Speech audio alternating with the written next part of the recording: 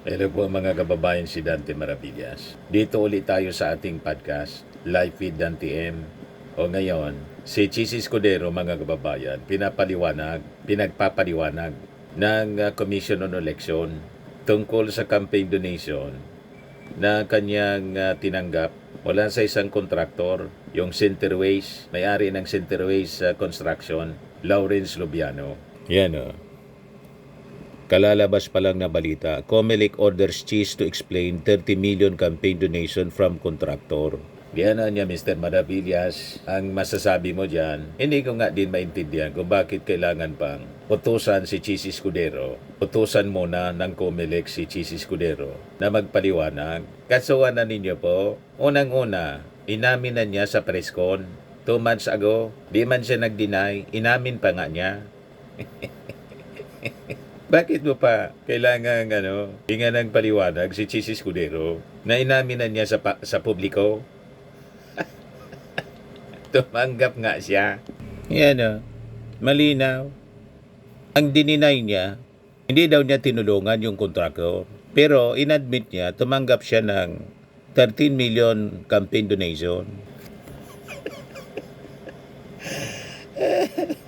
Pero mga kababayan, after na tumanggap siya, biglang lumobo yung mga kontrata na nakukorner ni Lawrence Lubiano.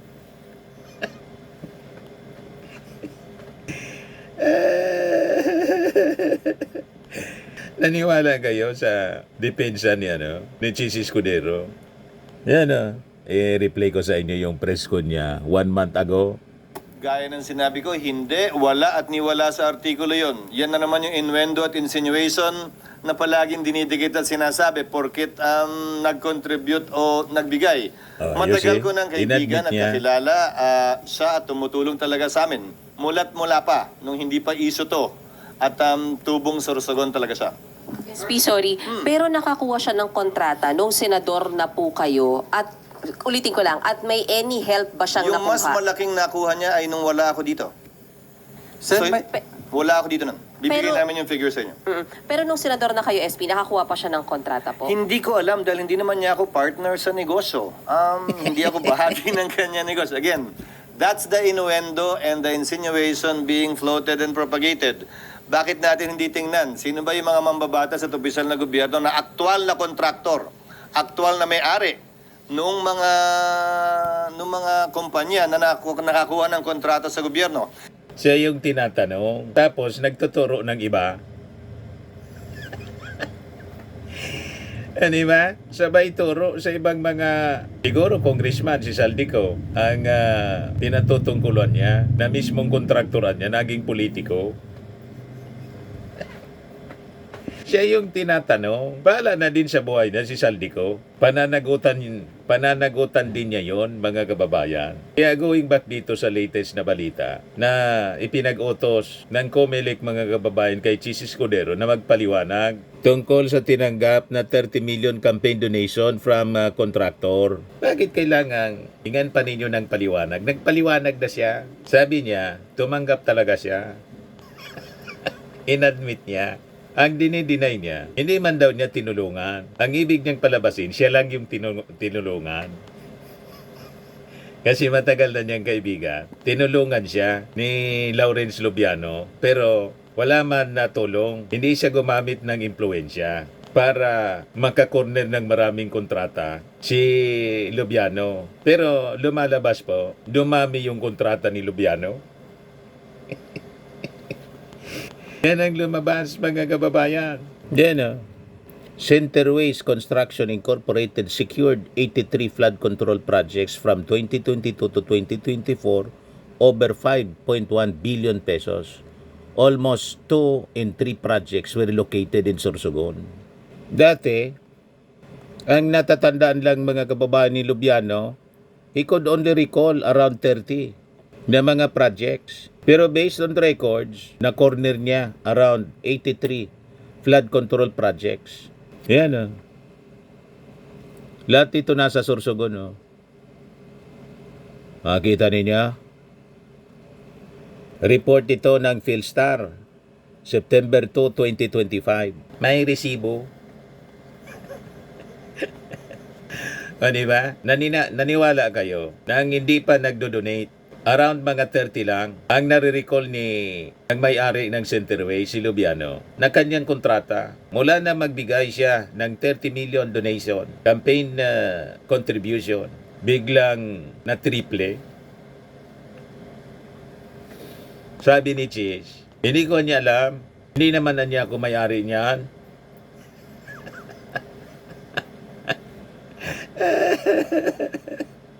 Nagpilato mga kababayan, pero kitang-kita. Alangan man, siya lang ang tulungan, bigyan ng 30 million, pagkatapos walang return of investment, yung contribution na 30 million, papayag ba nun yung kontraktor?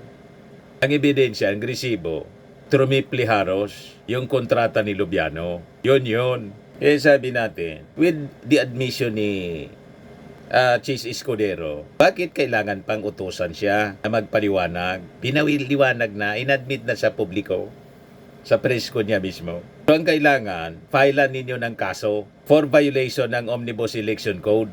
Kasi kayo mismo sa COMELEC yung nagsabi na bawal yan. At ang penalty, pwedeng makulong. Pero ibigay ko sa inyo itong balita. COMELEC Chairman George Garcia confirmed on Saturday that a show cause order was sent to Escudero on Friday, kahapon. The senator has been directed to appear before the Pulse body's Political Finance in Affairs Department on October 13. The order follows a similar directive issued earlier against Lawrence Lubiano, president of Centerways Construction and Development Incorporated, who admitted during a House hearing that he donated 30 million pesos to Escudero's campaign. Lubiano claimed the funds came from his personal account, not from the company. Yan ang mga palusot na mahirap na paniwalaan. Ikaw yung presidente ng kumpanya mo. More than 90% yung pag-aari mo. Saan mo man kukunin ng 30 million kung hindi sa kumpanya mo? Di ba? Alangan man, bigla ka na lang nagka 30 million pesos sa personal account mo. Saan mo yun kinita? Kung hindi sa kontrata bilang kontraktor. Anyway, yan ang mga palusot na mahirap paniwalaan po. Mga kababayan, malinaw na palusot. So sabi ni Garcia, yan ang pinakapunot dulo ng magiging desisyon ng COMELEC. Garcia clarified that Escudero was not being singled out, saying the full body is also looking into alleged illegal donations received by President Ferdinand Marcos Jr. and Vice President Sara Duterte 2022 campaign, as well as other names mentioned in the Philippine Center for Investigative Journalism report. O ano pa? Hindi man siya sinisingle out, pati nga yung ating Pangulo, pati si Sara Duterte, kasi may report sa PCIJ. O di, huwag mo nang ituro yung ating Pangulo, tapos si Vice President, bala din sila sa buhay nila. Ang ipaliwanag mo, yung involvement mo dito sa pagtanggap, hindi yung style ni Cheese Escudero, ang ituturo yung iba. Bakit niya sila ganon? Bala din sila sa buhay nila. Asikasuhin mo yung sarili mo. O ngayon, may nag-file kay Cheese Escudero na ethics complaint. Isang abogado yung nag-file. Ang sagot ni Cheese Escudero, political retribution na niya itong ethics complaint laban sa akin. Sabay turo na naman po kay Martin.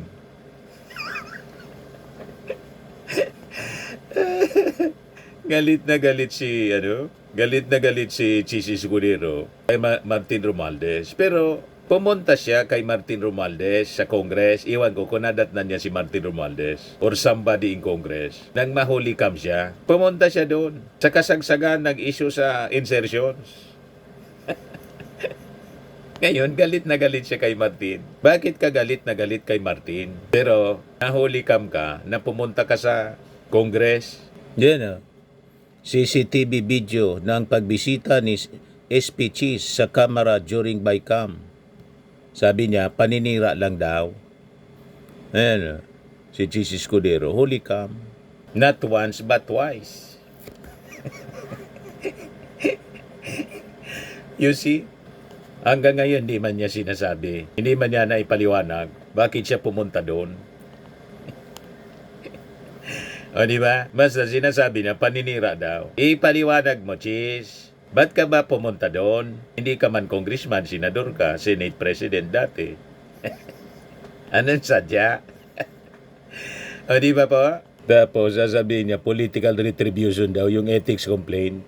Sabi dito sa report ng Philstar, the former Senate President pointed out the timing of the complaint days after he delivered a plenary speech naming his counterpart, former Speaker Martin Romualdez, role in the alleged kickback scheme from flood control projects. Escudero himself is accused by former Department of Public Works and Highways Undersecretary Roberto Bernardo of receiving 160 million in kickbacks, an allegation Escudero denied. Sabi ni Chis Escudero, I'm not surprised anymore. This is what I pay for naming Martin Romualdez and for uncovering the truth. This is just part of the harassment from his minions.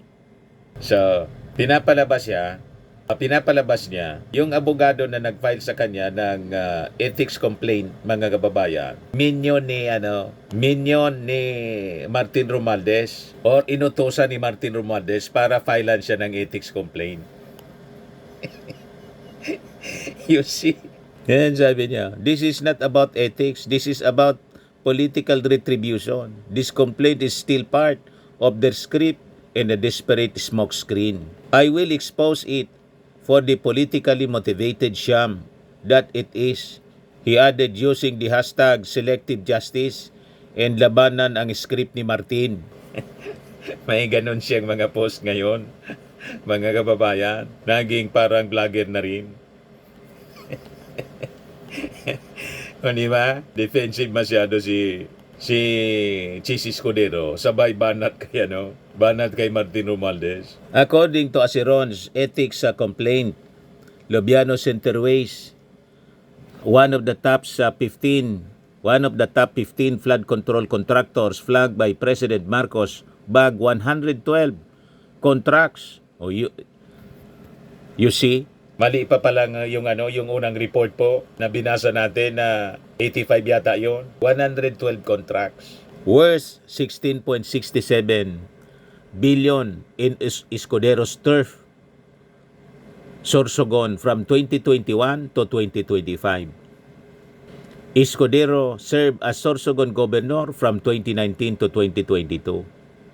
Sabi ni Attorney Aceron, yung Centerways niya secured only 12 contracts worth 720 million in 2021.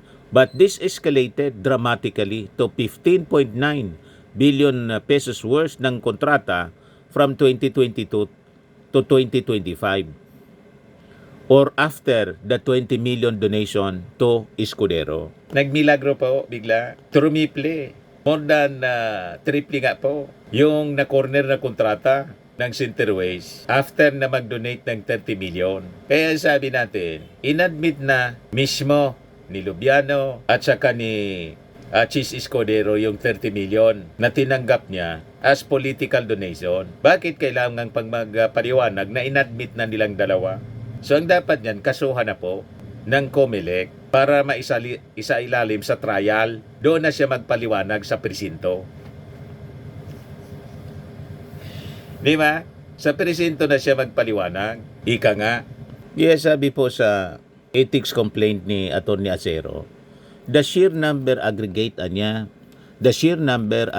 value and geographic concentration of these projects coinciding with the 30 million donation underscore the appearance of impropriety and raise serious doubts about the independence of public procurement from political influence.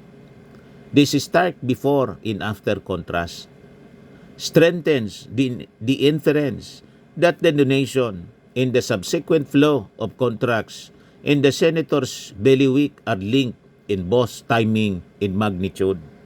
Ngayon, si Senator J.B. Ejercito na siyang ethics chairman confirmed the verified complaint against Escudero but said he has yet to convene the committee since his designation last week.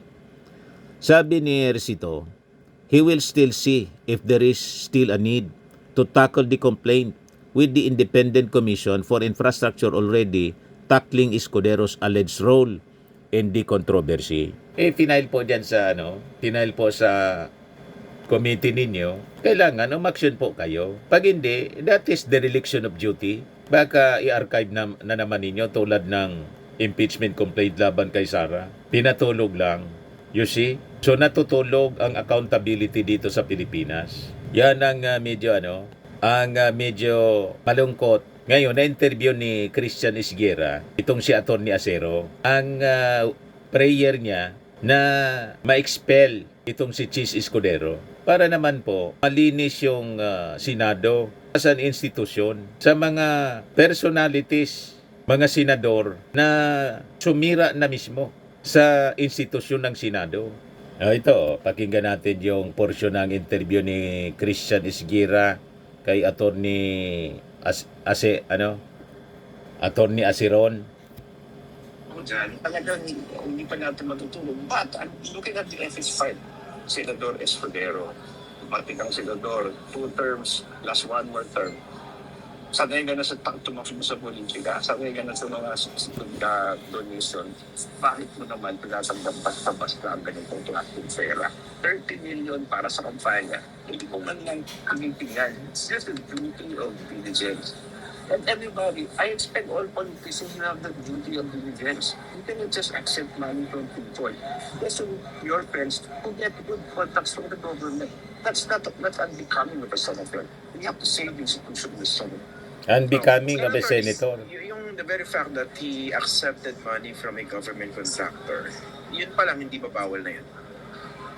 Ang nakalagay sa batas, prohibited donations and contributions. A person who has a contact with the government cannot donate to candidate. Mali na. At ito kasi ang excuse niya, hindi naman doon siya may kontrata yung kumpanya niya. Pero pag tinignan mo yung kumpanya at saka siya, para isa lang sila. Effectively, you didn't look at Isa lang this sila one way. talaga. Talagang sinubiano ng lasan. Second way, talagang yung kumpanya na yan. Either way, that money Pera ng kumpanya, pera niya. where did it come from? Did it come from the missing 25 million which we saw in the FS? Or did it come Ang nipis ng somewhere? palusot ni That's the Chis question. Escudero. That has to be answered. Huwag kami kabayan. Ang pwede mong gawin, tularan mo si Saldico, mag-resign ka na lang bilang senador para baka maniwala pa kami. Lagi mong tinitingnan si tinuturo si Martin Romualdez. Si Martin Romualdez nag-resign na po bilang speaker para harapin yung investigasyon at hindi magamit yung impluensya bilang speaker. Si Saldico nag-resign bilang congressman mismo. Kayo po, sa Senado, ilang senador kayong sabit? Wala man lang nakaisip mag-resign. Kayo nga po, hindi kayo nag-resign na Senate President. Kailangan pang ikudita para mawala ka sa posisyon. At kayong mga nasabit sa investigasyon, ni mag-inhibit bilang member ng committee sa Senate Blue Ribbon, hindi ninyo ginagawa. Di ba? Mahilig kayo magturo ng iba. Ituro ninyo yung sarili ninyo. Kaya, panawagan natin sa COMELEC, diretso na ninyo sa presinto. Diretso kaso. Hindi na kailangan papaghingan pa ng paliwanag kasi inadmit na niya, tumanggap nga siya sa presscon, public siya. Habang yung donor, si Lawrence Lubiano, inadmit mismo sa hearing ng Kongreso. So ano pang hinihintay ninyo?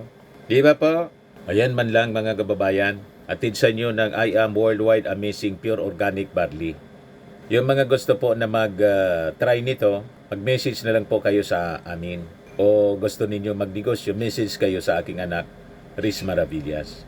So lagi nating tatandaan mga kababayan sa buhay, you become what you believe. Bye-bye po. God bless.